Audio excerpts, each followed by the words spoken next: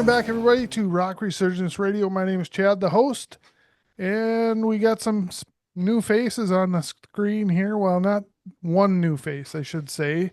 Ryan's been on before, but Mariah is new to the channel, so welcome both of you. I appreciate you coming on. Yeah, thank you. Thank you very much. I appreciate being invited. Yeah. Thanks for the invite. This should be great. Absolutely. Well, we're gonna do a little something. Um, let's since Mariah's brand new and Ryan has been on a while. Why don't you tell us a little bit about what you do and what you're up to? Oh, sorry, I didn't catch what you said. It cut out. Oh, I was just saying, since you're kind of new to the channel, if you want to just kind of tell us what you're all about, what you like, what you do, whatever you want to do. Yeah, yeah. Well, I obviously like all the music talked about on this channel. Grew up on it. You know, my dad is a big fan of all this stuff and kind of got me started on rock and hair metal and all that, and I've gone way past that, but yeah, I just love great rock music and I love talking about it and I love listening to it and seeing it, everything connected with it. So yeah, that's Yeah, I about me. know. I'll put up your Twitter handle on. I know you're on there, pretty active Oh, on there. So I'll do that. Ryan, what are you doing? And we know he's a firefighter, so he's very Mhm. important to this world. Well, thanks. Yeah, thanks for having me, man. I am at work. Luckily, I'm at a slow station, I hope, tonight. And if we get a call, I got to run. My apologies. But yeah, appreciate it. You'll probably, you recognize me from that one dude, the bald-headed dude with the tattoos. I think it says like "I saw red" or something like that. Maybe you may have heard of him. He's like, Yeah, yeah. so no, it's fine. In a band with Metal Mike from the 80s Glam Metal Cast. The band is called Metal Cast. The album is done and a few songs are released, and we're gonna put out the whole thing soon. And love the stuff we talk about, and it's never ending. So it's gonna be great to hear what you guys have. Yes, and also you will know him by the introduction song on our theme song for this station. He is the voice that you hear when that song comes on. So Yeah, yeah, it turned out really awesome. I love it. So yeah, cool. Thank you. yeah, yeah. Well, today we're going to talk about songs that should be considered anthems. You know, the normal ones. You got the Youth Gone Wild, you got the Bang Your Head, you got the We're Not Gonna Take It, and all that stuff. We're going to talk about some different ones that we think probably should be included in that, if since they're a little lesser known. So we're gonna do that. We each have 10, and we got none in common. We kind of shared our list prior so that we got you 30 new songs.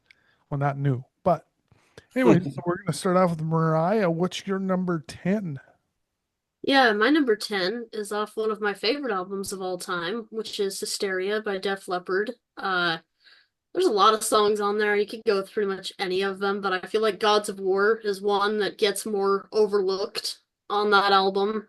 Just, and not even on purpose, it's just because there's so many good ones. I feel like something gets a little kind of lost, but that's a great song, and I think it's definitely anthem worthy. It is pretty, a lot of it's still very relevant today, and so I feel like that's a great anthem. I love that song. It's my favorite song on there. Just because the rest got so overplayed that, yeah, I mean, think there was 7 singles or something like that off that album. But I love that. I love the bass line. Oh man, it's just a cool. Sometimes it's something else, so it's Yep, just Yeah. yep. says how good of an album it is. Great song. Yes, great pick. Great number 10. On to Ryan with his number 10. My number 10 is Rock and Roll's Gonna Save the World by YNT off the 1984 album In Rock We Trust. And again, a lot of these bands we talk about, you could just kind of put the names in a hat, be like, yep, that's a good one from YNT. And this is one of them. It's very anthemic, huge chorus.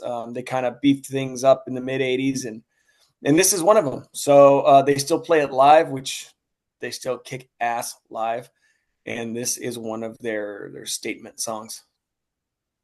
I I love that song. Yep. And that was one of the ones I didn't really know on your list.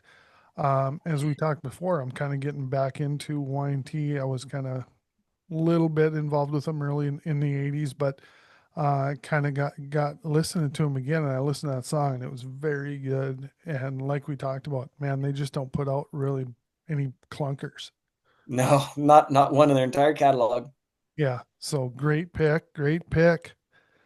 Okay, on to me with number 10. I picked a band named Blue Tears, and they had Ooh. a couple singles off that album. This isn't one of them from the research I did. I was kind of surprised by that, but the song I picked is Crush, Ooh. and it's just a big poppy, beautiful banger. I just like it, get lost in the crush, boom, dun dun, and then it just it booms when you play it. It just kind of when I started doing this list, I was thinking I want songs that are huge, like that just kind of make you want to stand up and yell. And so that's the song I picked.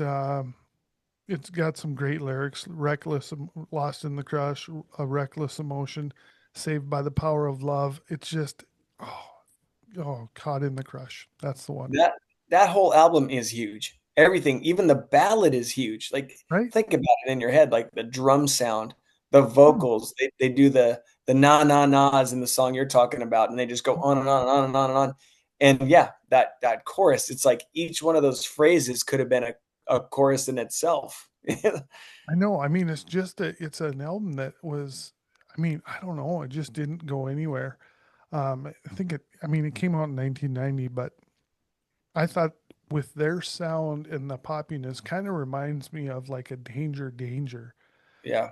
Um, not, not a Cinderella, not a whatever, or an AC/DC. It's just more poppy, but it's very catchy and huge courses and stuff. So I thought it would just go crazy, but it didn't. But that's all right. That singer is very Bon Jovi in a good way. Yep. Yep. Very, very good. Cool, cool, cool. So we got our tens out of the way. Number 9 from Mariah.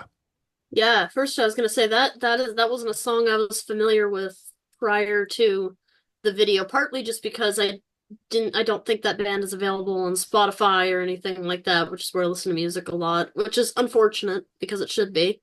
Yeah. But I was pleasantly surprised. I like that song, and I feel like that's a really good anthem material. Yep. Yeah, that's one of the ones I had to buy off Discogs and rip it into my library. Yeah, Been too Yeah, much money on it, but you got to have it. So, totally. yep. So no, my number nine is Don't Need Rules by Kick Tracy from 1991 album with a similar title, No Rules. And I feel like it's a good anthem because that's part of what rock and roll is all about. That there isn't rules, and there's always that kind of that bit of rebellion in there, and that it's not just kind of what everyone else is doing in the mainstream and all of that. So I really thought that this song fits that well. I don't need rules. I don't care if you don't like my hair. That's all right.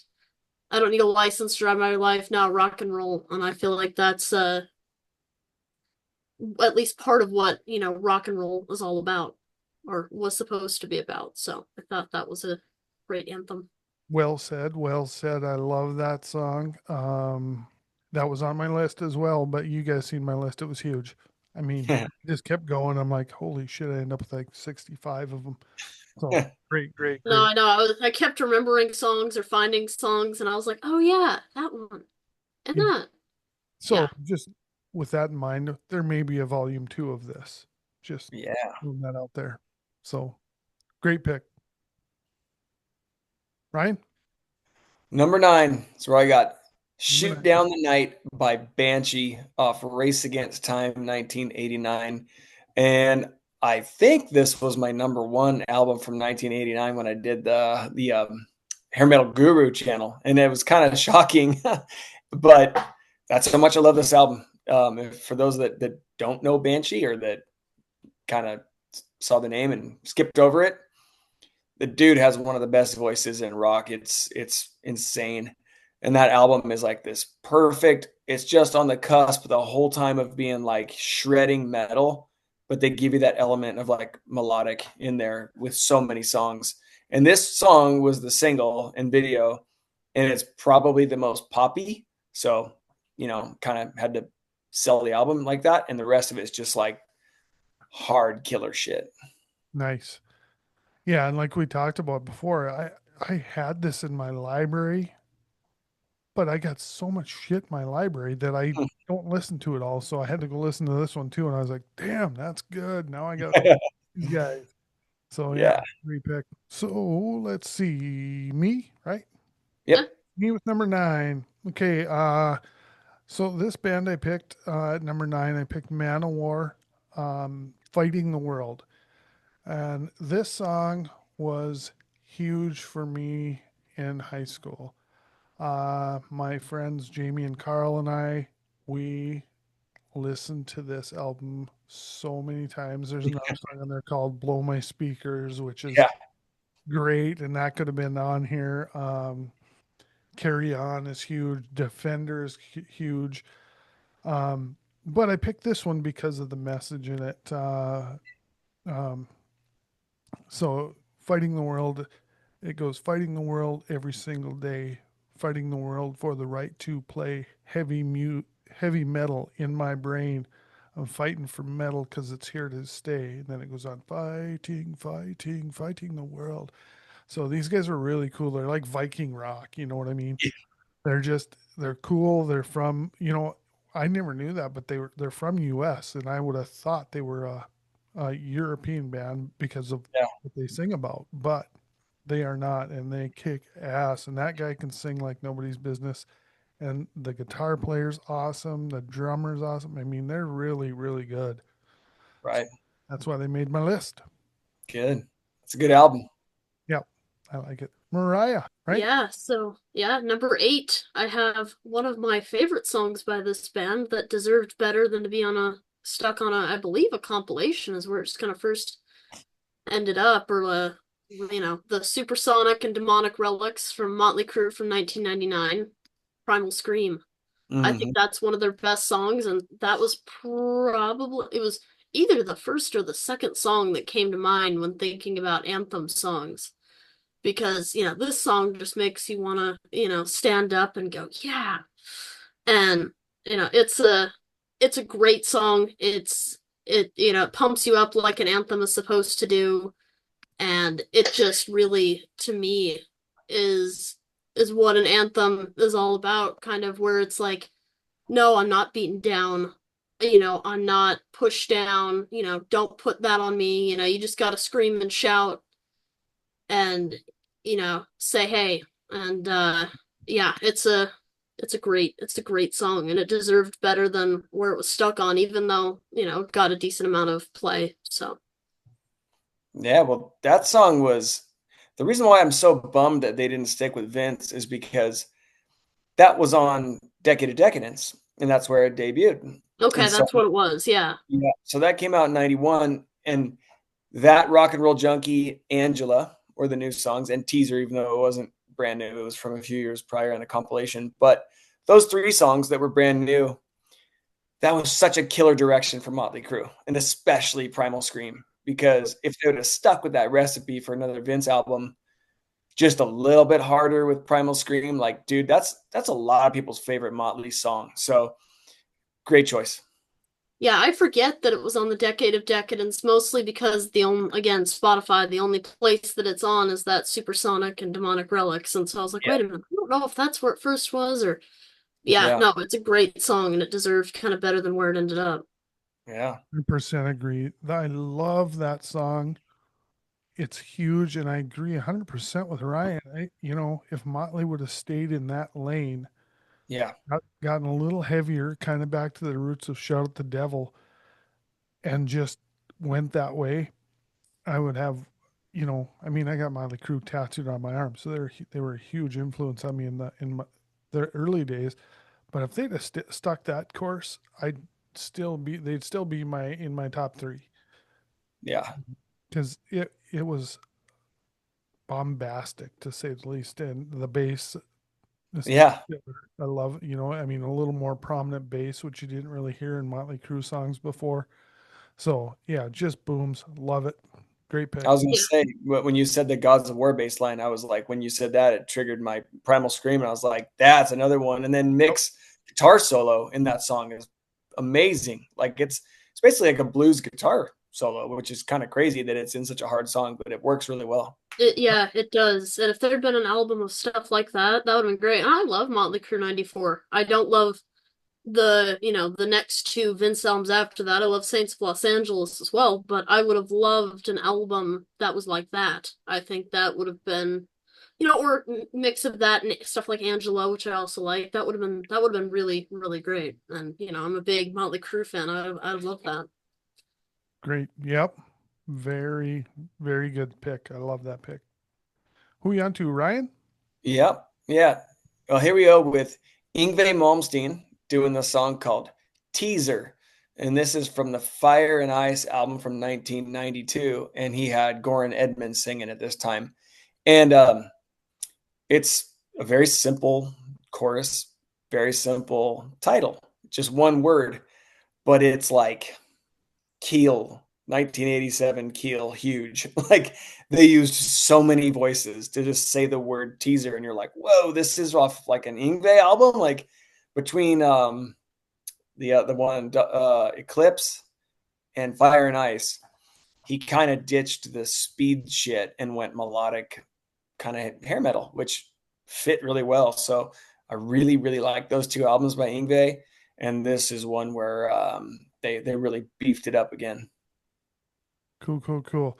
I wasn't, I'll be the first to admit, I've never been a big Yngwie guy because of I've said this many times, I don't really like the really, really fast guitar players, the Right. virtuoso guys that Yeah. like speed for speed. So I never really got into it, but if I did listen to the song and I was like, that's not bad. That's not like what I remember him as. Right. And Yeah. that's what kind of grabbed me is like the Eclipse album was from 90. And if you listen to those first two songs, you'll be like, fuck, I kind of ignored this. I shouldn't have done that. And it's like kind of like this one. I would definitely lean towards Eclipse first because it's from 90, so it's a little bit more in the hairband lane. But you won't be displeased. Good. Yeah. Good to I hear. will I'll second what Chad said. I'm also not a big Ingwe person, mostly for the same reason. I respect the virtuosos, I respect the real fast guitar playing, but it doesn't do anything for me. It doesn't make me want to listen to it over and over again. It doesn't really, touch me, impact me. So it's like, oh, that's cool. And then I just kind of, and then I forget about it and I go on my way.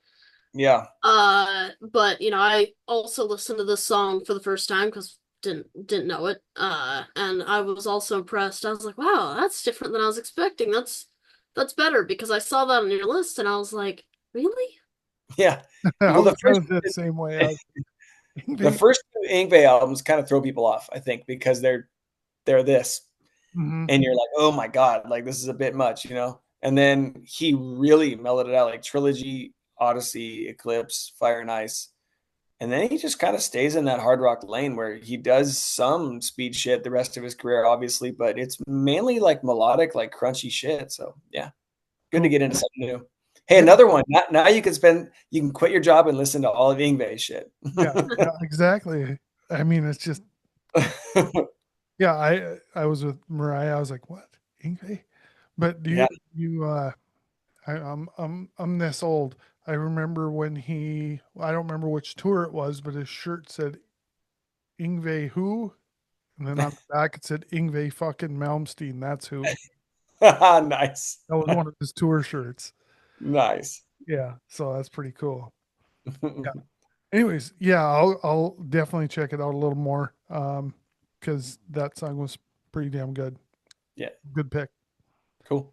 On to number 8 with me, and I think I got Keel. You just kind of mentioned Keel, and I was like, yeah, Keel.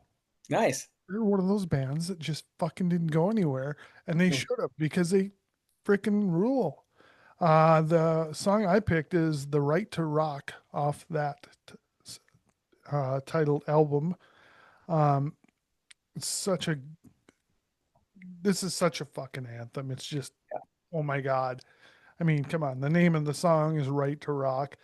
Um, some of the lyrics go, don't let anybody tell you how to live your life. We won't turn it off. We won't turn it down because it's our way of life. And that's the way I felt when I was young, when I was listening to this stuff. It was, I had two really close friends, and we were the heavy metal guys. And anything that chanted about we want to rock or we want to anything like that, fighting the world, you know, death to false metal, as Manowar would say, that was the shit I was listening to. And I was like, fuck you to everybody else, you know? So that's why that made it on my list. And I just think Keel's an underrated band. And they were on MCA, so that doesn't help. Right. The other killer one on that album, I feel like, is Electric Love. That's another chorus where I've always been like, ooh, yeah, this is good, Keel. I like that shit. It was kind of funny to, I was kind of reading about it. And I had this album back in 85 or whatever it was, or 87 or somewhere in that area. And I didn't know at the time, but that was produced by Gene Simmons, and they only had 3 songs going into the studio. Mm. And they did a cover, Let's Spend the Night Together, and then they did 2 or 3 of Gene's. He had some demos that he had worked on that album. So I didn't really know that. I was like, huh, well, I just thought Yeah, they were all their songs. But yeah, there's some good tunes on there. totally. The 87 albums. God, perfect. Yeah. So, Yeah. okay. Mariah with number 7. Yeah, so this is a song that I kind of remembered being an anthem the other day, and so I kind of last second inclusion on my list by my favorite band, and it is Civil War by Guns N' Roses. I feel like from 1991, I've had I think 2 1991 albums so far, but it is my favorite year in music. So there's a lot of good stuff from there, but kind of like Gods of War, this is another one to me that is, very relevant to the time, talking about that wars going on with brainwashed pride for the love of God and our human rights, and that we don't need civil war. You can't trust freedom when it's not in your hands, when everybody's fighting for their promised land. And it's just kind of saying, like, look what we're doing, look what's going on, look at the hypocrisy, look at the problems that we're repeating history's mistakes over and over again. And but we don't need civil war. We don't need this kind of stand up and fight against it. So phenomenal song, one of their best in my opinion, and would be a great anthem, even though it is decently popular, it's not like Welcome to the Jungle or any of the ones that everybody knows. Right. So Yep. I love that song. It's been talked about a bunch on these stations, but they should have just made one good fucking album instead of 2. Use Your Illusions. I think they could have taken 7 songs off of each and made one killer album like Appetite. That's my opinion. Civil War is definitely one of those. I really, really, really dig that song. Yeah, great, great pick. yeah, the only reason I'll disagree with you on being made into one album, I think, is because nobody can agree what songs should be part of that. I feel like a lot of people have different favorites. One of my least favorites is one of my friend's best friend's absolute favorites. So yeah, I don't know. And they just put out so little music anyways. So I'm like, I'm kind of grateful for whatever I get. But there's an argument to be made the other way for sure. Yeah, I mean, I don't know. I just, it's so hard when you come off of an album like Appetite that is just absolute killer. And then you have one that it just feels like there's a lot of filler on those 2 albums. But at the time I loved it. But I there's just quite a few songs that I just, they're okay. I would have rather, but I totally get it. If you're a Guns N' Roses fan, the more the better. Yeah, yeah, no, I get that too. It's hard to follow up on albums that are that big. You see all the other, kind of bands with the top selling albums. It can be hard to follow that up. Do you do the same thing? Do you try Oh, and branch out? Do you, whatever? And I feel like that's just a hard thing to do, let alone trying to do it with two albums. yeah. That's a tall order to try and do. I mean, they had some epic songs on there though. Holy shit. November Rain being, I mean, that's one of my all-time favorite Guns N' Roses songs. That song's just the soloing and stuff in that, it just kills me. So Yeah, yeah, no, there are a lot of great songs on there. There's a lot of underrated ones. Coma is a big favorite of mine on there. That one is underrated. There's a lot of great songs, but yeah, I can see your argument as well on that. yep. Ryan, I know you're not a big Guns N' Roses guy, so I'll stand back and listen. yeah, yeah. Well, I think it's your turn, I think. Yep. Number 7 is where I got Harem Scarum doing a song called No Justice off the Mood Swings album 1993. And this is a Canadian band that is insanely talented and underrated. And I don't know how popular they are per se, but they should have been huge, as a lot of these bands should have been. I think they're pretty popular in their home country, so we'll see. But this album is amazing. Their first two are amazing. And for those that don't know this band, again, check out their debut and this one, and you'll be hooked. Yeah, Canadians are incredibly loyal to the bands that come from Canada. Yes. That's always a theme I hear.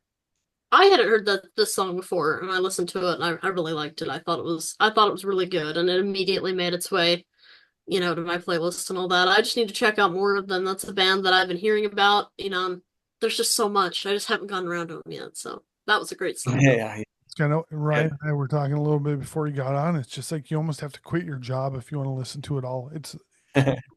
It's ridiculous. And Harem Scarum was one of those that I added to my library after hearing maybe you or somebody talk about them on Guru or somewhere. And I just haven't got into them yet. So I listened to that song and instantly favorited that song because it was really good. I was like, damn, god damn it. Shit, I got to listen to now. No. So, there's not enough time in the day. There really isn't. I get it. And that's even just with hair metal, you try and, you think about or the 80s, then you think about all the other decades and all the other genres of music and all that, and you're like, shit, there's a million songs I'm never gonna hear that I would love. I know. And I moved on with, when matter of fact, I lost track of some of the 80s stuff because I kind of graduated on. I went into like Alice in Chains and stuff like that. And then I got into Breaking Benjamin and Disturbed and all these newer stuff. And I lost track of a lot of the 80s stuff. So this is kind of, it's fun to go back and dig this stuff up and start talking about it. And then you guys talk about something different that I hadn't heard. And it's just like, it's unbelievable. I watched this, one of the first episodes we did, Chris and I had mentioned I had watched, I don't remember the name of the show, what YouTube channel it was, but there was two guys on there and they were doing the alphabet. And they were doing song artists or whatever on the alphabet. And I think they, 26 songs, 26 bands each. I think of the 52 songs, or 52 bands, I'd heard of 5.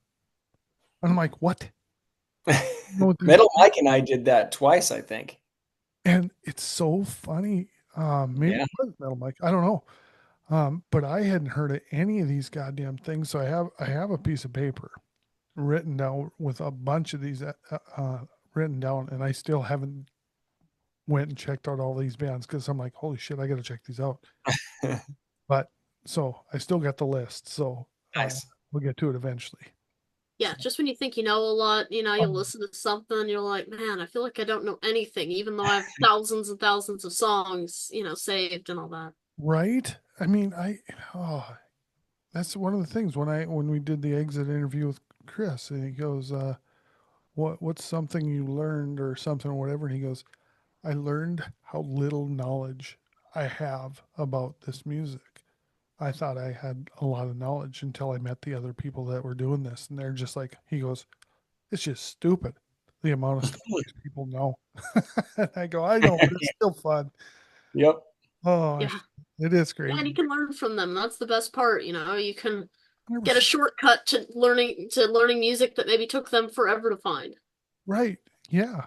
It's so fun doing this. And I mean, that's part of the reason I love doing it is because, well, you get to meet cool people like you, but you also learn about these pocket bands that you never really heard about, and you go, "Holy shit," and you discover so much stuff. So it is fun. So It's awesome. cool, cool, cool. Okay, number 7 for me. This is kind of a hometown favorite. Not really hometown because they're from Minnesota, but they were kind of this area, Midwest, uh, claim to fame when it come to, other than Prince. I mean, he got a little notoriety. But anyways, the band is Slave Raider. Mm. Um, and they're out of Minneapolis, Minnesota. The song I picked is off their debut album called Take the World by Storm. The song I picked is Make Some Noise. And it's so catchy and it's so 80s, and Hmm. it's funny, Um, so the lyrics go, "Out on the town, looking for some action on Saturday night. We're not messing around, having some fun. All right, don't you try calm us down. There's no stopping us. Know why? We're out on the town on a Saturday night." And then it goes into you, me, and the boys. Hey, together we make some noise. Hey, you, me, and the boys. It's just so catchy. It's so cool, and it's just a great song. Um, the whole album is excellent. They had another album. They got two other albums. God dang it! What do you know about rock and roll and Bigger, Badder, Bolder? And if you guys haven't heard of them, check them out. They're really cool. I think the only one that's on Spotify or Apple, I think, is their second album, but the first album I think is their best. But this, I don't know if you guys have ever heard of they're they're uh they're huge, in the Midwest anyway, but they've gone as far as California and stuff. But the band is called Hairball. You ever heard of that? No. Mm-mm. Or so they're kind of they're a variety, all 80s stuff. So they'll come out and they'll play Twisted Sister, and he'll come dressed up like Twisted Sister, and then they'll play Kiss, and they'll come out dressed like Gene Simmons, and they're spot on, and they're excellent. You should actually, if you get a chance, YouTube them. Anyways, the singer from Slave Raiders, the one who started that, and they've been around for 25 years now, and they get huge crowds for this hairball. And there's other acts that have since gone on and done stuff like this, but they're kind of the original. He started it. So, and if you ever get a chance to see them, they're definitely worth it. It's like a trip down memory lane. It really is, because they'll play Bon Jovi and he'll come out dressed, they'll look like Bon Jovi and Prince and whatever. They play just about everything 80s, but it's mostly 80s hair metal stuff. Slave Raiders a trip because both the name and their look, you would never expect the sound. And it's like pop metal, and you're like, what? This like dude's got an eye patch, right? Like, doesn't one have an eye patch? Yeah, the singer of Yeah. Chainsaw Chain, and the reason he did that is because he's got a lazy eye, Oh. and he Mm. didn't want it to freak people out when he was singing, so that's why he came up with it. Yeah. They're a great band. Yeah, You so gotta check do. them Yeah. out. Check them out. Another one I wasn't familiar with, so I really liked it as well. Good, good. Turning some fans on. They're actually kind of doing some shows now. Um, they've had a couple of, and I haven't made it to one yet. It pisses me off. They have like, well, their fans are called the Raid, and they've had some things over in Minnesota where they get a band to play, and then Slave Raid will play 4 or 5 songs. Some of the members, and but now they're starting to do something with that hairball. They're kind of doing a few shows with hairball, which is Oh, cool. kind of cool because Chainsaw Kane, the singer from Slave Rider, kind of handed the reins over. You know, he was getting up there in age, and he handed the reins over to the guy who's singing now or whatever.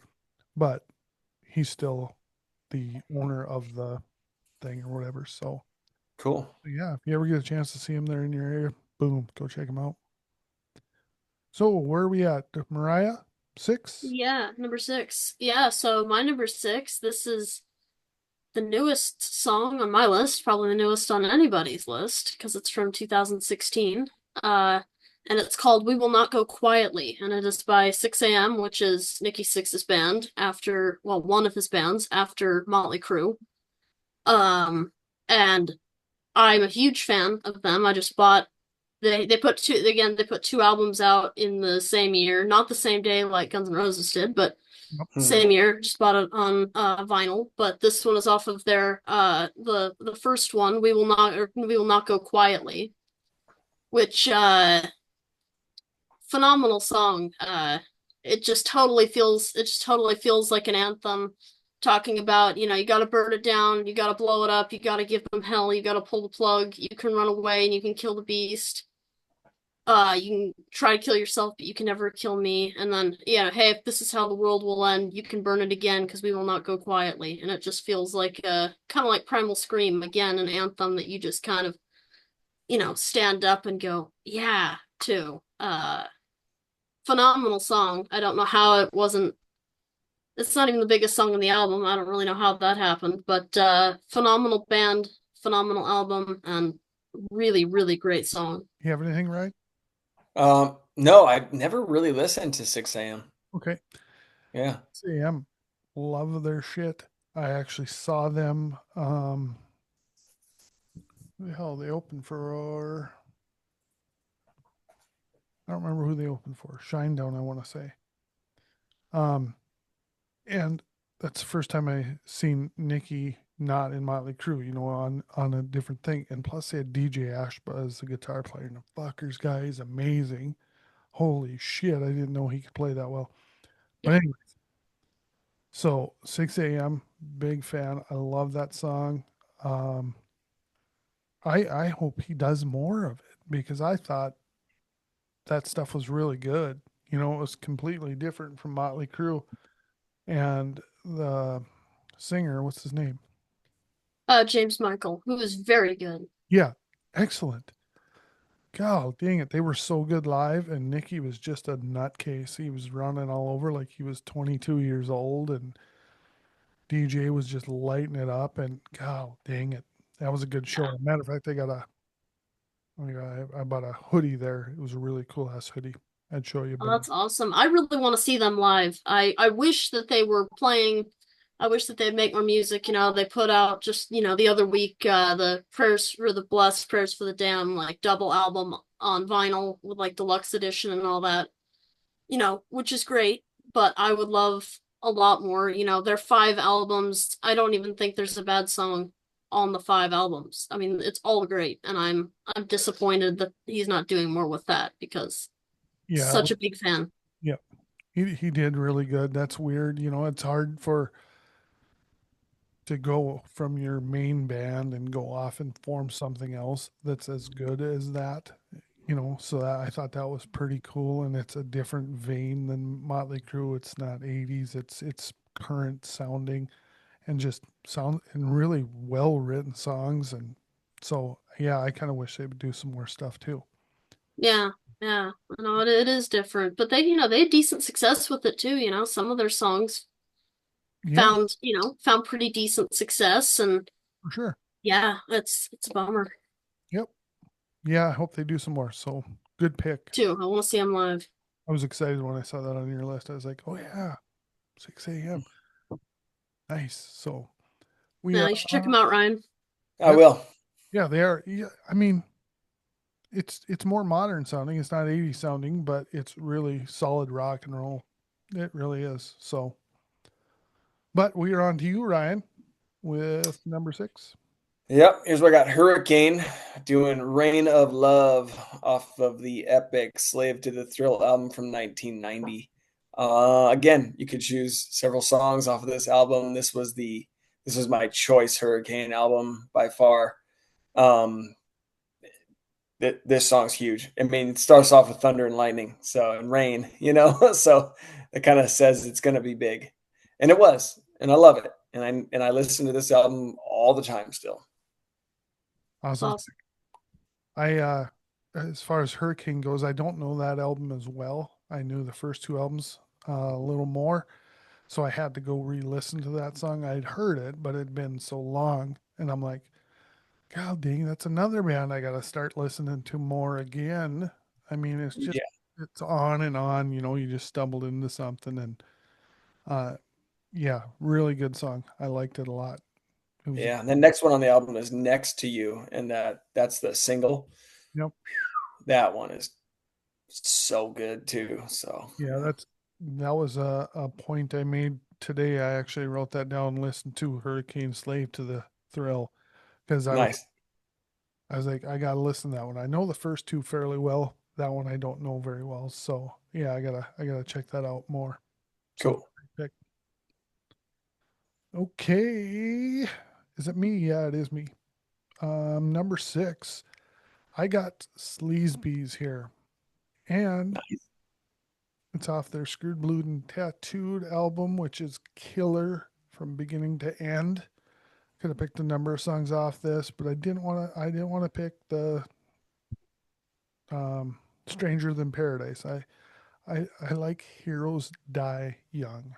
Great song. This song is so freaking good. The drums at the beginning just right from the beginning, you hear those goddamn drums and you're going, oh, this is going to be good.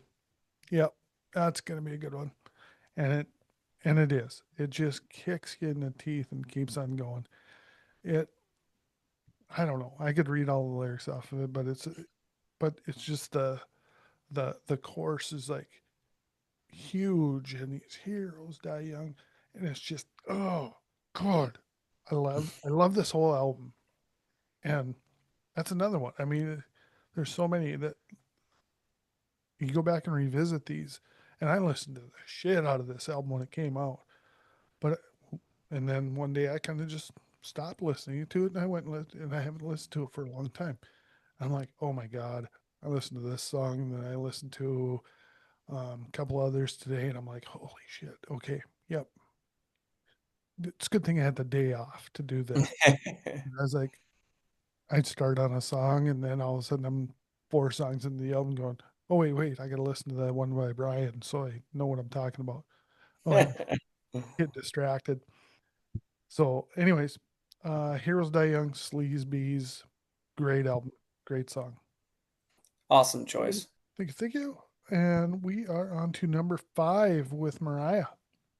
Yeah, so number 5, again, 1991. I didn't realize how many 1991 albums I had on here. I've got Riot Act by Skid Row. I feel like there's a lot of kind of songs that could fit on this album, but this is not one of the better known ones or one of the ones that was as successful. But again, kind of feels like a more angry anthem, kind of like Youth Gone Wild, but a little crazier maybe, or a little more kind of I don't know, out there, I guess, but it's a more punky. It's really fun to sing, and Stop Reading Me the Riot Act. I thought that was it's a really great song and a great anthem. So Oh man, I'm singing it right now in my head. Yeah, I am too. I know. My brains are still intact. Yeah. Oh my God. Yeah. No, that song gets you, get you fired up. If it doesn't, there's probably something wrong with you. If it doesn't, you're dead. Yeah. That thing. Yeah, exactly. Like you said, it's kind of punk influence. It's fast. It just freaking, you ever seen Beavis and Butthead where he goes, no? So yeah, great song. I mean, and there's several songs off that album that could be, but that was a good pick. That one I didn't see coming, and I like it. Cool. Yep. Yeah.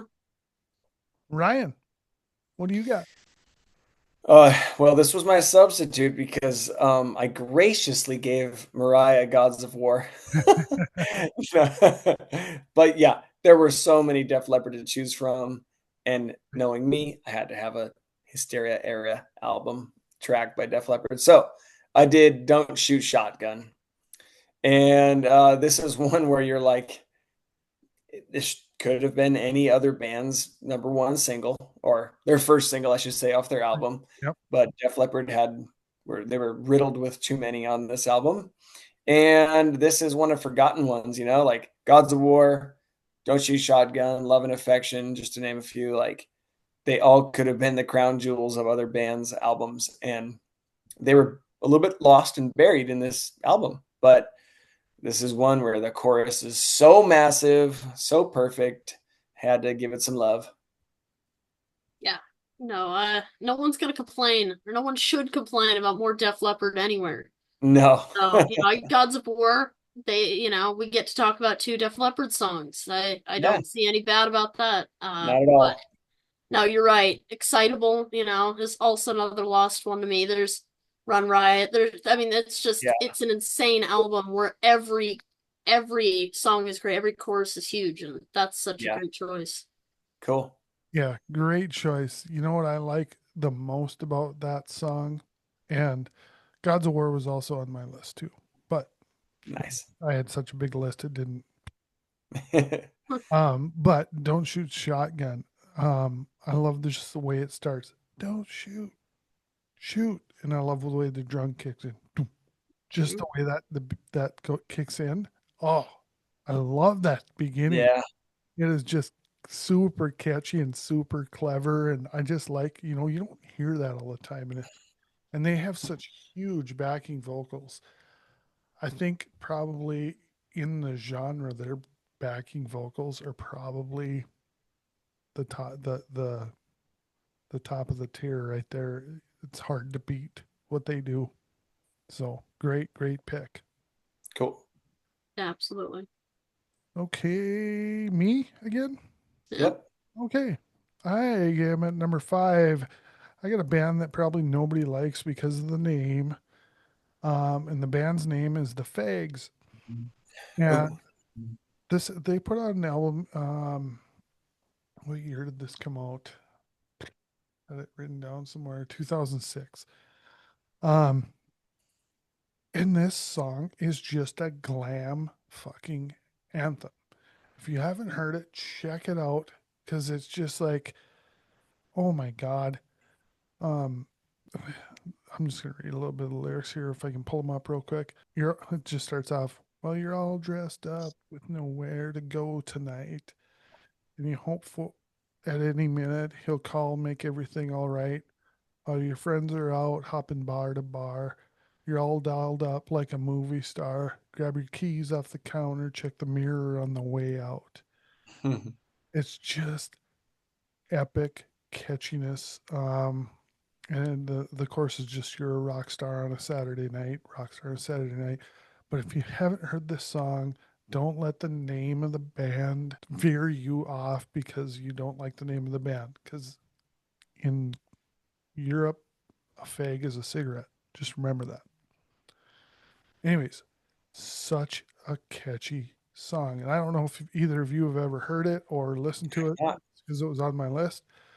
But I tell you, listen to it. It is pure glam greatness.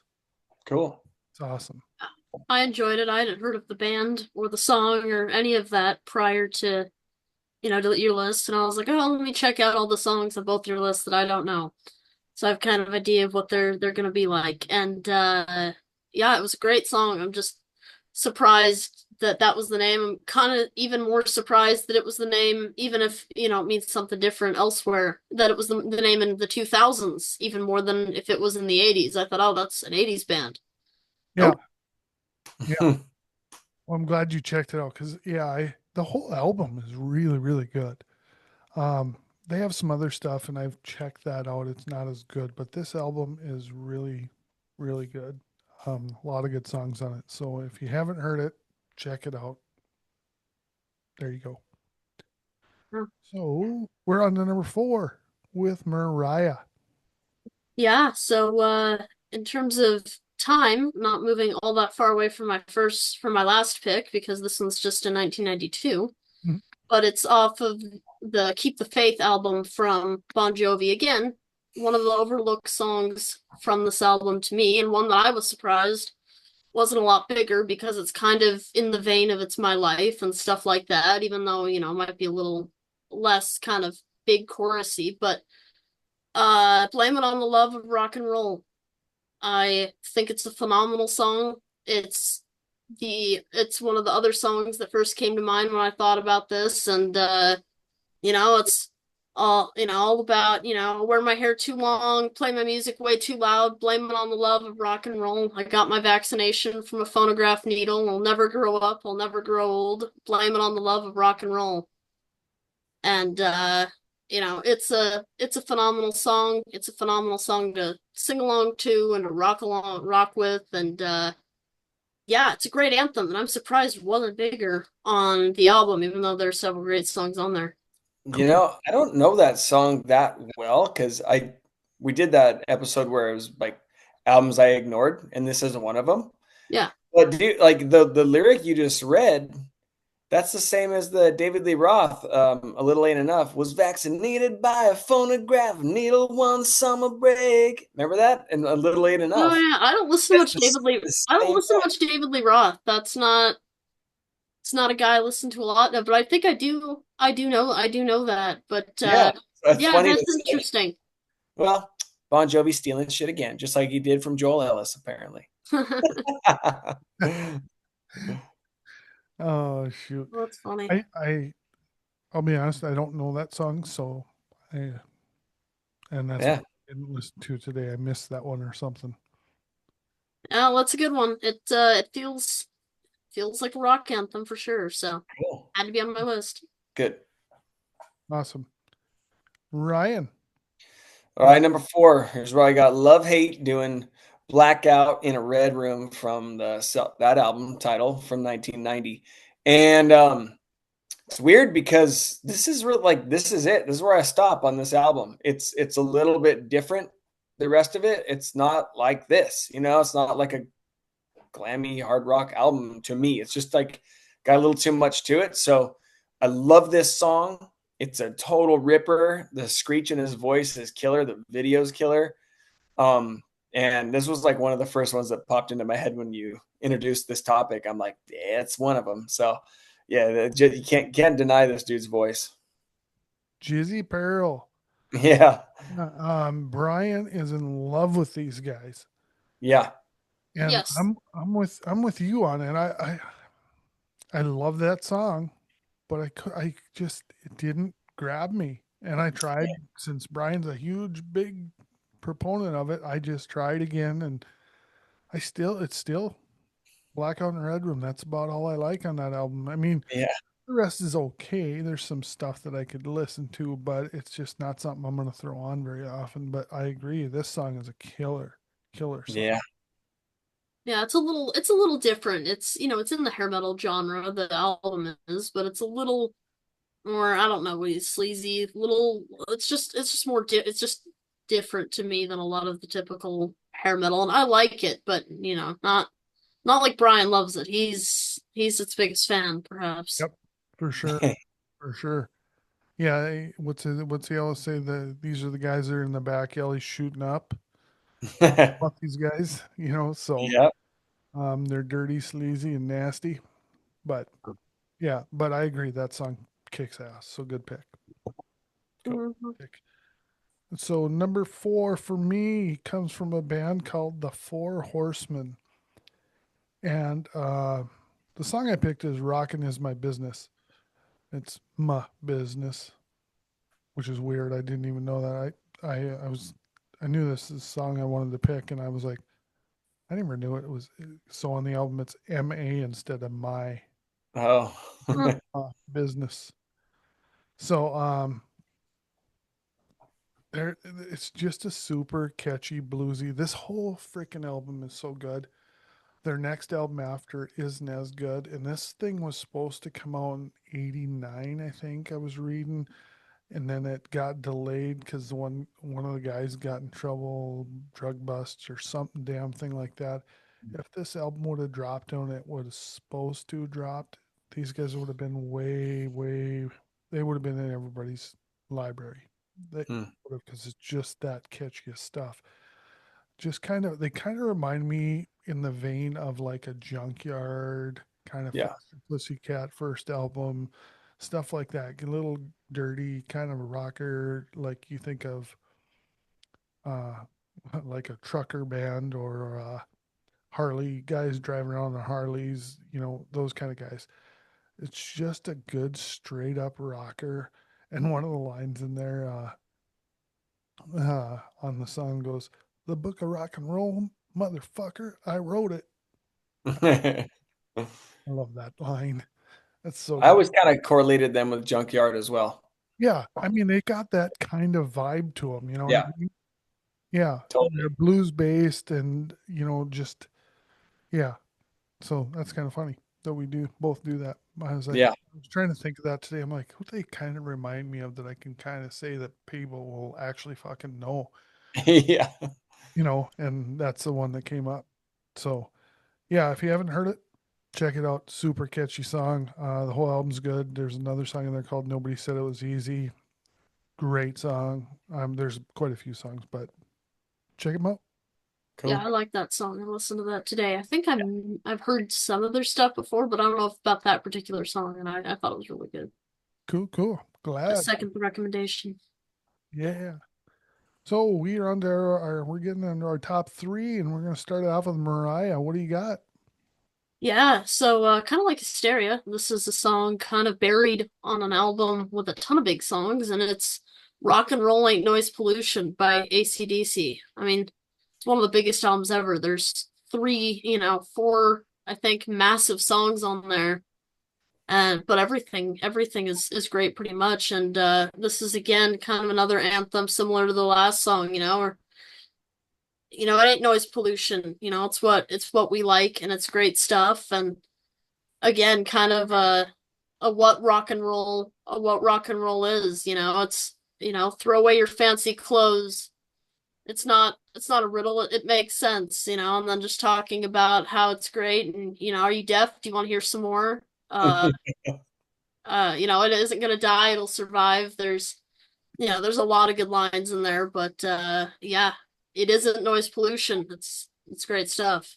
So I think this is a Good sense. anthem for rock. Yes. Did you read it? Did you guys ever read the Brian book, The Life of Brian, his book he put out? I No. haven't yet. It's on Is it my good? wish list. I mean, okay, I'll be honest, like, AC/DC is my number one forever. But the book, you could basically like go to the last few chapters because that's where it really like appeals to us. Like it's from 1947, I think he was born, until the making and release of Back in Black, and then the book ends. So it's not like it's covering all the shit. Right. So in that sense, I was like, I love Brian, love AC/DC, but I'd rather read about AC/DC than his upbringing. No disrespect, but anyway, Yeah. he details that song and what the boys kind of said, like, yeah, I don't know, Brian, just like say something. And he was really like smoking a cigarette and he was like, hey, I had this sitting on your ass. Well, get off your ass and come down here. And it's like he's really like blowing a cigarette smoke when he does that. And then so it's kind of cool. He just kind of ad libs that. Yeah. I read the same thing. I read that. I was like, oh, that is fucking rock and roll at its best. He Yeah. came up with it off the cuff, just rock and roll ain't no riddle, man. To me, it makes good sense. Yeah, Yep. I mean, and I Yep. just so cool. Fucking phenomenal pick. Love that song. And over the years, that's become even more. I mean, because you hear the other ones so much, that you kind of gravitate towards the other songs that aren't quite as big. What do you do for money, honey? Yeah. Shit like that, because you've heard Back in Black and You Shook Me All Night Long and all those songs and Hell's Bells so many times that you kind of start kind of moving over to the other songs more and giving them more notice. And I found that with Rock and Roll Ain't Noise Pollution, that's one of my favorite songs on that album Yeah. because of that. Because of, I mean, not saying that I don't like those other songs. I'm just saying I've heard them so many times that I kind of gravitated towards that song for some reason, and it just really, really love it. Yeah. Yeah, that's great. Cool. Good pick. I love that one. Ryan, what do you got? Got Queensryche doing Revolution Calling from Operation Mindcrime, 1988. And Queensryche, I mean, they got 3 in a row, kind of 4 in a row ish, that are fucking rad killer albums from the heyday. This one's kind of like the crown jewel for them. I feel like it's kind of a genius album. And if you guys remember when all the music stops and they just do the huge Revolution Calling, and then the music begins again, especially when it's live, you're like, fuck, you just gave me the chills. Like that was huge and ripping. So Yeah. I was, I was kind of going through all the bands and I was like, oh, Queensryche, like duh, like they've got to have something. And I just was like, that's the one. Yep. So, yeah. So I chose. Awesome fucking pick. So my Queensryche story is I had a roommate, his name is Jeff, and I'd never, well, I can't say that I'd never heard Queensryche because I bought the cassette of The Warning, Mm-hmm. Devil's Lake, North Dakota, and I listened to it on the way home on my Sony Walkman, and I didn't like it. I didn't like it. I was like, no, I don't like his voice. Nope, don't like it. And I put it away. Just never really listened to it again. Then I was in Fargo, living in Fargo, and my roommate was Jeff.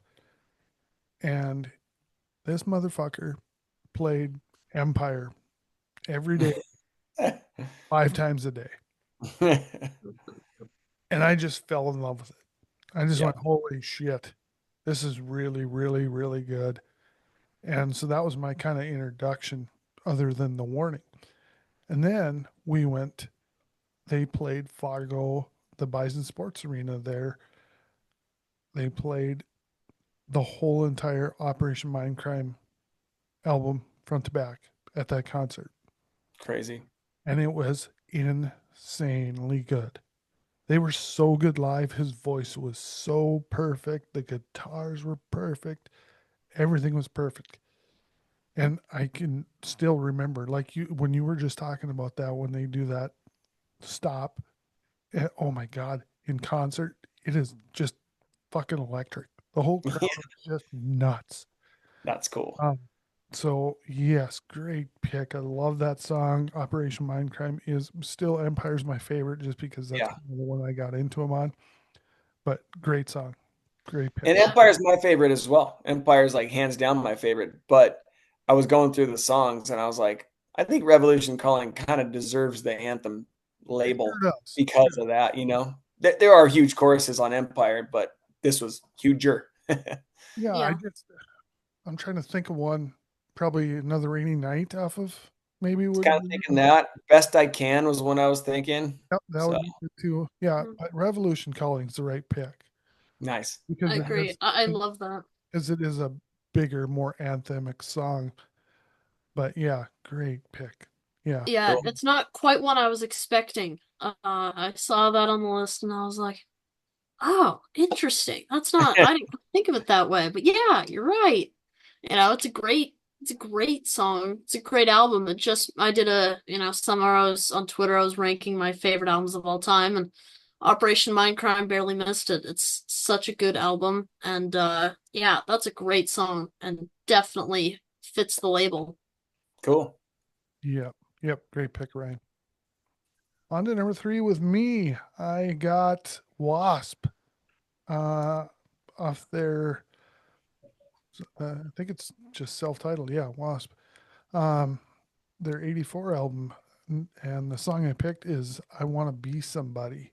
Nice. And this song is so good. And this is another one. I was talking to you about my buddies that I hung out with, Jamie and Carl. This was another one of those albums that we had cranked all the freaking time because it was heavy. it was heavy like back then. It was so good. And um, this song was just kind of to say, to to say the least, it was kind of our anthem at the time. It was like that was our song, and we played it loud, we played it proud. We always had stereo going out at the us three. One of us always had the stereo playing at the parties, and this song was playing all the time because it was that good. Well, the album was so good, but I just I don't know. There was like a three albums there, or three four albums in a row of Wasp where I was just like, holy shit. And then I kind of got off the Wasp train, but just love this song. It's not my favorite Wasp song, but it's my favorite anthem type song. Nice. What's your favorite Wasp song? Probably Wild Child. That's a good call. Yeah, I just like that. I just think Chris Holmes, you know what? It's been too fucking long. Blackie needs to call up Chris Holmes, get him going just to finish out this because they're getting got to be close to retirement. Oh yeah. And I wish he would just get together. He kind of shit on Chris Holmes, and Chris Holmes is awesome. Yeah. So, but yeah, you have a Yeah. It's a great song. I Want to Be Somebody's probably up there. Yeah. Yeah. Oh yeah, it's in my top three for sure. Yeah. Yeah. I think Wild. Wild Child. Yeah. Yeah. I kept thinking Wild Side in my head, you know, but I think that's my favorite, and I think this is probably number two. But, Nice. so you were gonna say something? I'm sorry, Mariah. Oh, I was just gonna say it's a great song. I love that song. That song gets stuck in your head so fast. Oh, Totally. yep, for sure. Yeah, good call for sure. Well, thank you. Well, we are on to number two with you, Mariah. Yeah, so again, I got a song. It's a little later.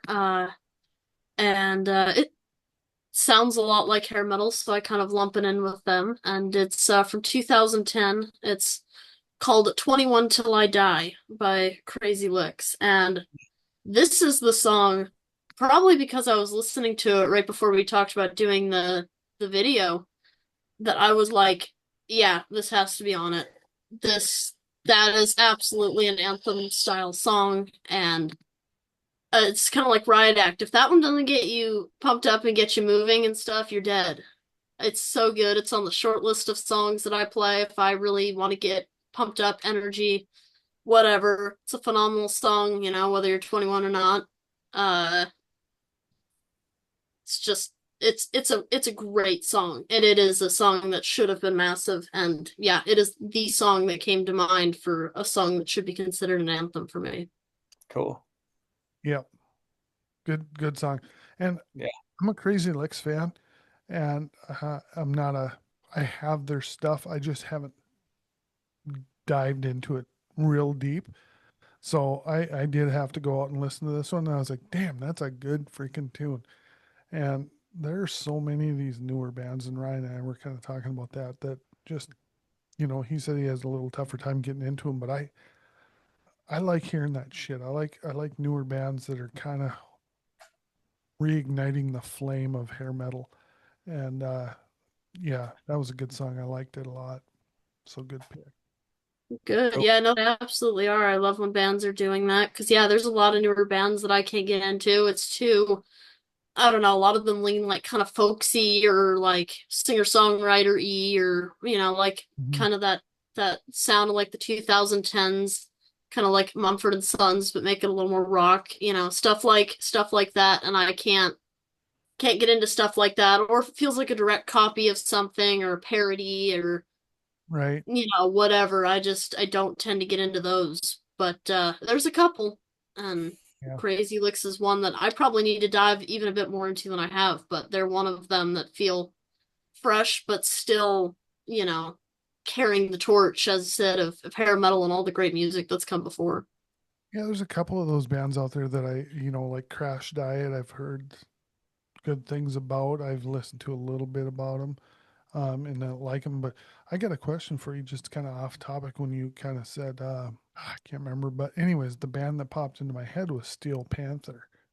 What do you, oh, Parody is what you said. Parody, yeah. No, they were one of the first ones that that popped into mind for me as well, of with that kind of parody thing and stuff like that. I can't get into bands like that. Bands that don't feel they don't feel like anything. It just feels like a joke. I can't do that. Or bands that just seem to rip off. I've never gotten into Greta Van Fleet or anything like that. It doesn't feel authentic.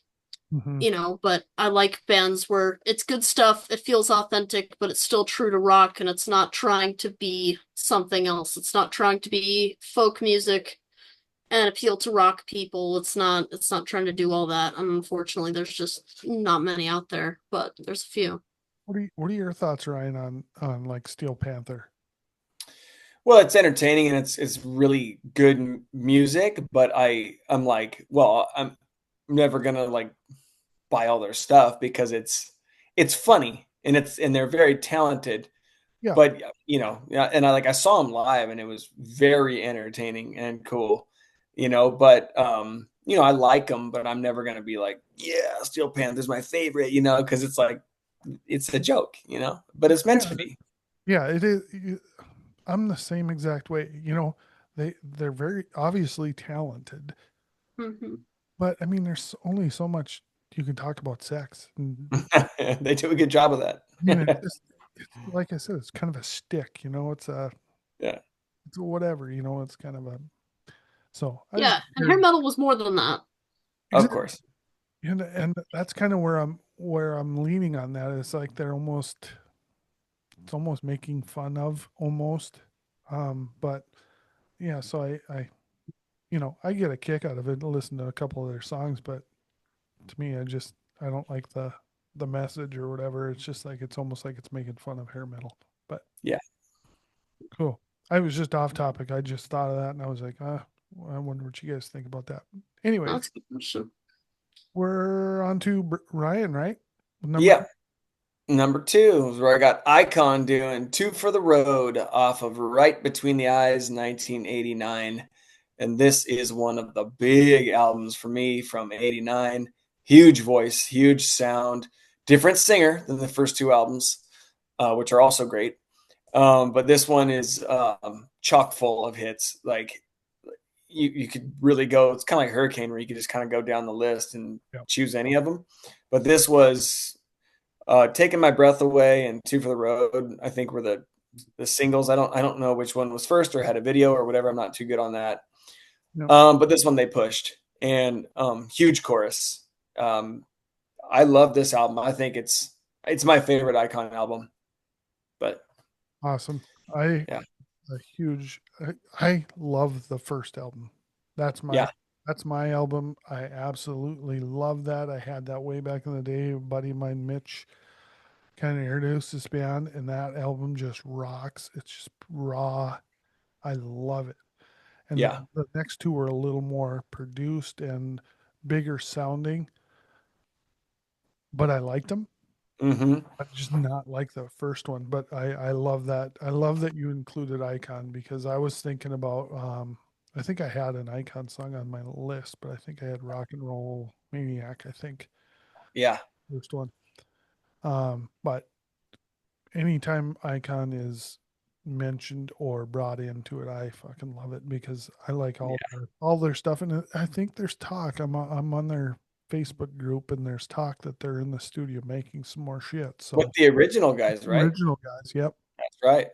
Yeah. So I'm pretty pumped about that. I'm like, everybody gets on there and like, oh, this is never gonna happen. And, everybody's Debbie Downer because they're not saying a whole lot. I'm just like, it's gonna happen. I mean, if they're in Nice. the studio, it's gonna fucking happen, and just be patient. So I'm Yep. patiently waiting. So great pick. Cool. And what? Oh yeah, number two. Number two for me is one of my all-time favorite bands, and I talk about these guys all the time, not getting enough goddamn credit, and they still to this day say they don't get enough goddamn credit. Hmm. That is Black and Blue, and the song I picked is "Hold On to 18," which is off their first album in 1984. And I remember the day I got this album or cassette, I should say. My friend Cindy, we just shot our episode for 1987 songs from 87, and we talked about Black and Blue a bit on that one. But I remember the day I got it. I had her pick it up in Minot, which is the bigger town. We were from a small town of 600 people, and she was going there, and I think it was a track meet we were going to on that Saturday morning, and she come rolling up, and I was just like giddy like a school child because I this cassette, and she came on, and I got it and threw it in the boom box and played it, and God damn it, I've been a fan ever since. And the song, I don't know if I said it, but Hold On to 18, it is such a good song. And, you think about it now, back then you're like, hold on to 18 because you're around that age. I was younger than that at the time. But you think now, when I'm fucking in my 50s, I'm like, God, I wish I could have held on to 18. Bones and body didn't ache like it does now. But it's such a classic song. And I actually got to see them. Well, I didn't get to see them when Jamie St. James went to play for Warrant. Mm-hmm. I'm in a little club that holds like 300 people.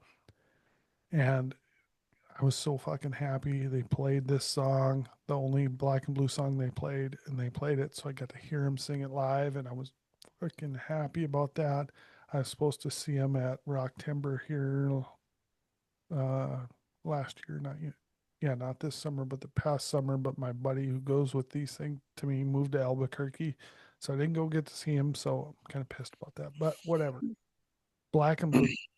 If you haven't checked them out, check out their whole goddamn catalog is good. But I don't think you can get it on streaming. I had to go back and buy all the albums and stuff because at one time I was an idiot and gave away a few hundred CDs because I was like, oh, I'm just going to do all the streaming. Well, I didn't know that streaming wouldn't have everything. Yeah. I had to rebuy shit, which was annoying. But anyways, so Black and Blue, hold on to 18. Check it out. That's a hit I never turn off. I know. I love it. That's a great choice. Talk about bass intro. Yeah. Yeah. I guess it's bass. I don't know what that instrument is, but it's like chimes and bass at the same time. But it's Yeah. like, whoa, what's this? And it's so huge. Yeah. Absolutely. It's a great song. Their first four all were really, really good. The one from 2011 it's okay. It's decent, but the first four just they're not really any bad songs to me. No. So cool. We are on to number ones. So we start off with Mariah. What do you got at number one? Yeah, so I didn't really particularly have an order for these, but my mom called this my anthem at one point, so figured I'd put it up there, and it's Up All Night by Slaughter off their 1990 album Stick It To You, which is a great album, and it's a great song. But anthems for me, kind of like Shout at the Devil, it's stuff that you can kind of pump your fist in the air to, and Yep. it's usually something you're repeating or there's some message to it. And this is kind of like that for me. There's a lot of good lyrics to that, but the up all night, sleep all day, that just feels like a ton of people should be singing that together. And as a huge night owl, that was definitely a song I was like, yeah, up all night. So, it's a great song and definitely has that kind of fist in the air, everybody singing anthem quality to me. And I just love the song and the band and the album. So, Yeah. Another hit I've never turned off. And I love when hair metal bands have a rocker that carries over to the mainstream and the masses. Like they don't have to have their big hit out of a ballad. I love when they do, but Yep. when you have like an Up All Night, Pour Some Sugar on Me, Nothing But a Good Time, Girls School, it's like it's so killer when it's like a through and through rocker and it's crossover to everyone and they all love it. Yeah, So absolutely. Well said. I mean, up all night, sleep all day. I fucking lived that for years because I was a raging alcoholic. But So yeah, I totally dig that song. Uh, great pick. Great pick. So Ryan, what you got? Here's where I got I-I-O, shake your foundations off of Fly on the Wall, 1985. So I had to throw AC/DC in, and I was like, should I go Back in Black? Should I go The Razor's Edge? Maybe Are You Ready? Something off Highway to Hell. And I was like, let's go with something off Fly on the Wall. And this thing's huge, dude. When you got the chanting, like you had the Blue Tears, na na nas, and this one's got the I-E-I-O's. Yep. So, and it's a massive chorus, and it's the album that they had the most hard rock, 80s hard rock sound. And it's one of my favorites. Great That's a pick. great song.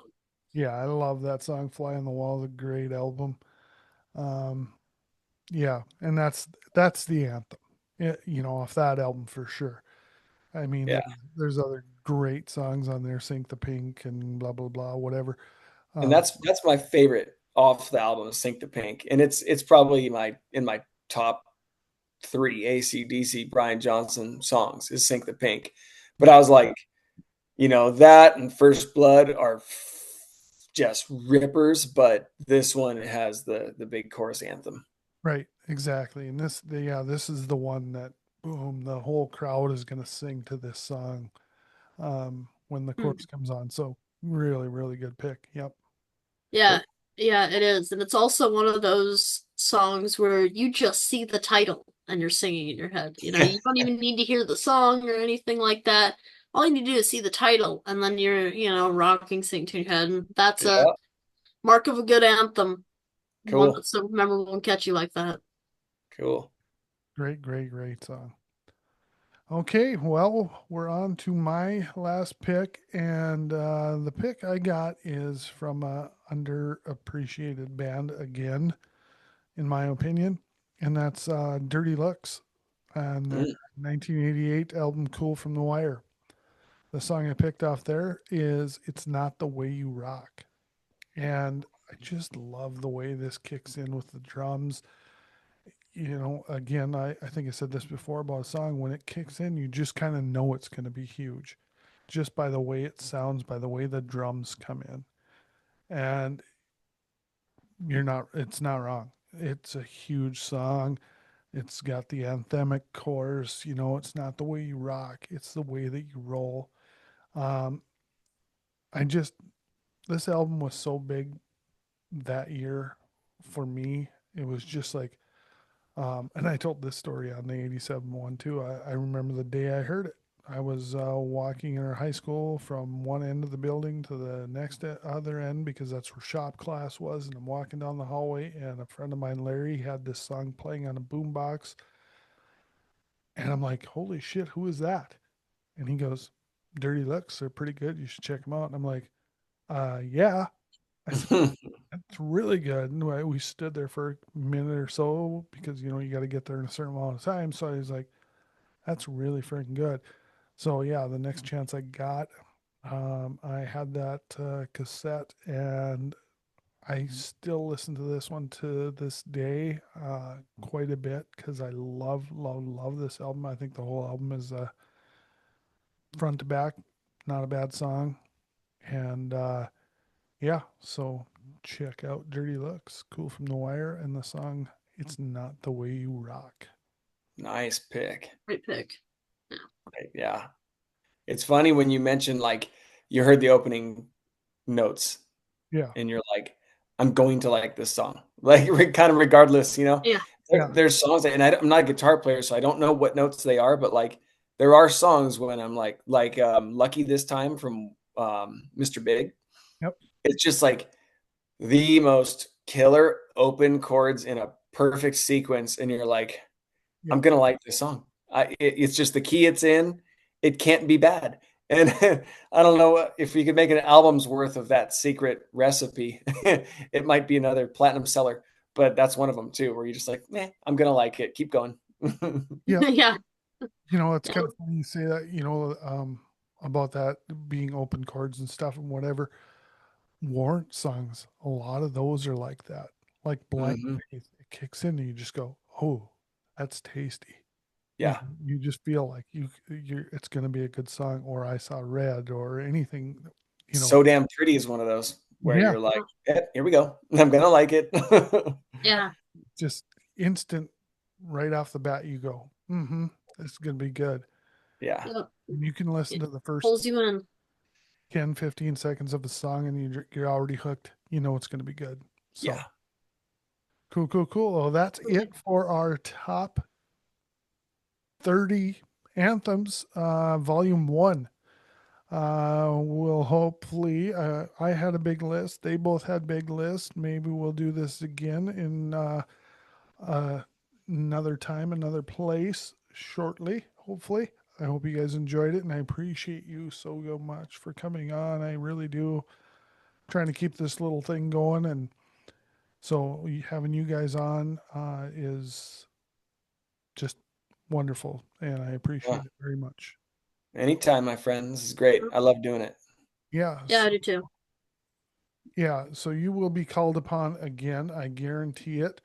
And if you guys ever have ideas or something that you guys want to do, just let me know, because I will more than happily do it.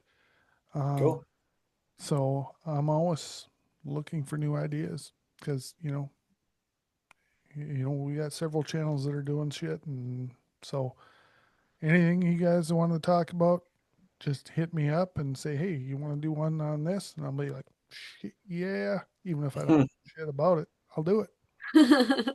So nice. Yeah, Cool. Sounds great. Nice meeting you, Mariah. It was the first time, so I appreciate you coming on. And Ryan, always a pleasure. And might need another theme song somewhere down the line. I might change it up or something. So I'll call on your services again for that. We'll make it an anthem. Yeah. Yeah, great to meet you, Chad. This is great. Good to see you again, Ryan. Yeah, you too. See, okay, that's it for this week's Rock Resurgence Radio. Keep the volume cranked, the fist pumping, and the spirit of rock and roll alive. We'll be back next week with more Sonic Mayhem. Until then, stay loud, stay proud, and keep fucking rocking. Nice. Oh, yeah.